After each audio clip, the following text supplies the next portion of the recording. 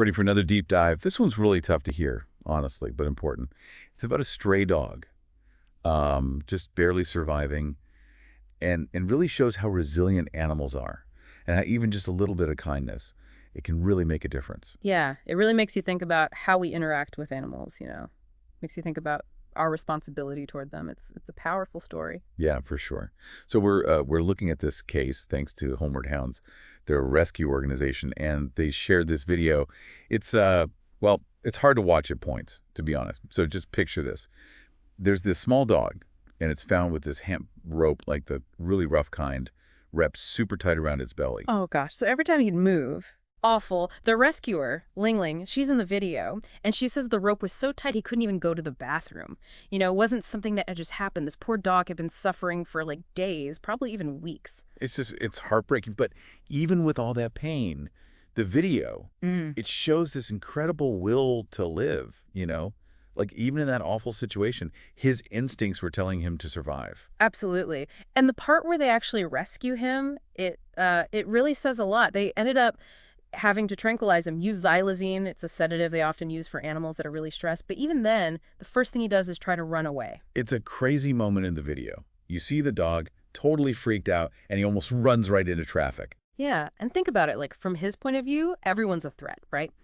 So the tranquilizer probably dulled the pain some, but it also probably made him even more scared, you know? Really shows you how deep that distrust goes, especially for strays, especially ones that have been through something like that.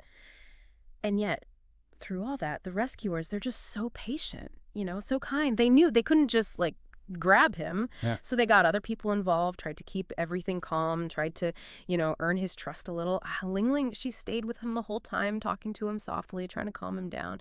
Just incredible. Yeah, and you can tell it's that human connection, you know, that gentleness that lets them get close enough to actually help. Even though he was so scared, something about the way Ling Ling was acting must have gotten through to him because he let her get close. Yeah, it's a good reminder that even when things seem really, really bad, there's always hope. But what they found, when they finally got a good look at him, well, that's when you see how bad it really was. And it's just, well, it's rough. And that's where the video gets kind of intense. You're actually right there with them in the vet clinic, and you see the vet checking him over. They're not, you know, sugarcoating it or anything.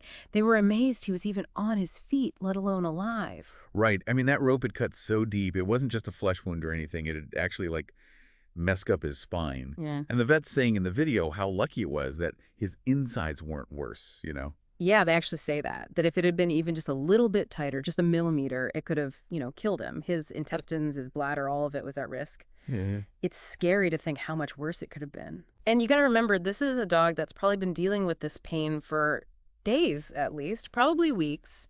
The vet even says, like, the only reason he probably didn't get a horrible infection was because it was winter. Can you imagine if it had been summer? That wound, it would have been, I mean... Oh, I don't even want to think about it. Yeah. But thankfully, that's when things finally start looking up. You know, you see the vets jump right in, giving him pain meds, cleaning up the area around the rope really carefully so they can see how bad it was. It's intense, but you can tell they're being super careful with him. It's something else how calm he is through it all, you know, after everything. It's like he knows somehow that they're trying to help him.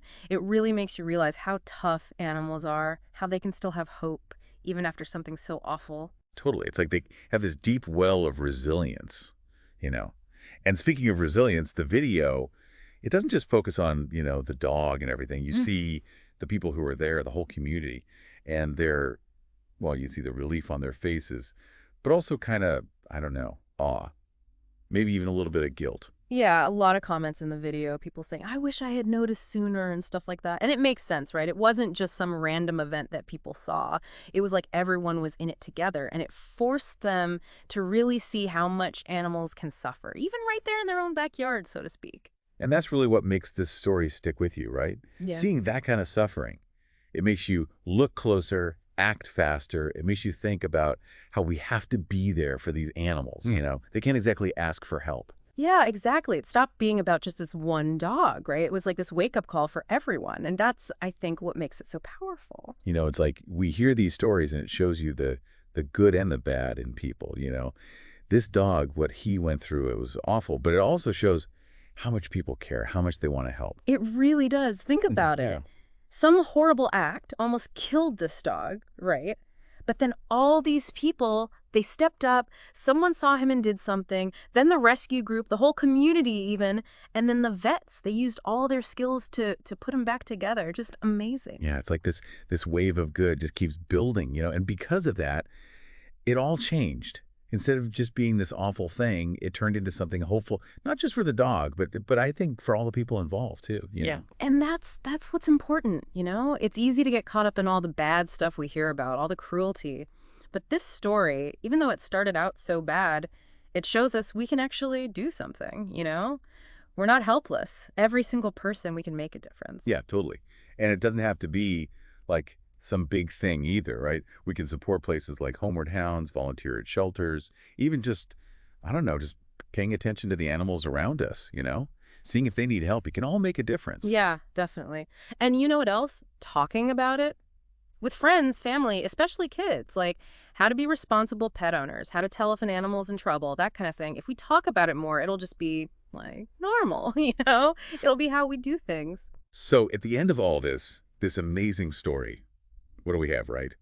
This dog, after everything, he's getting better, he's healing, he's even starting to wag his tail again in the video. It's amazing. It's like, even when things seem completely dark, there's always that possibility for hope. It's not just hope for him. It's like a sign for every animal that's hurting. It shows them that they can heal, that people can be kind. If even one person sees his story and decides to do something, to be a little kinder, then it was all worth it, right? But, Even with everything he went through, he made the world a better place. and that's a pretty amazing thing to think about, don't you think?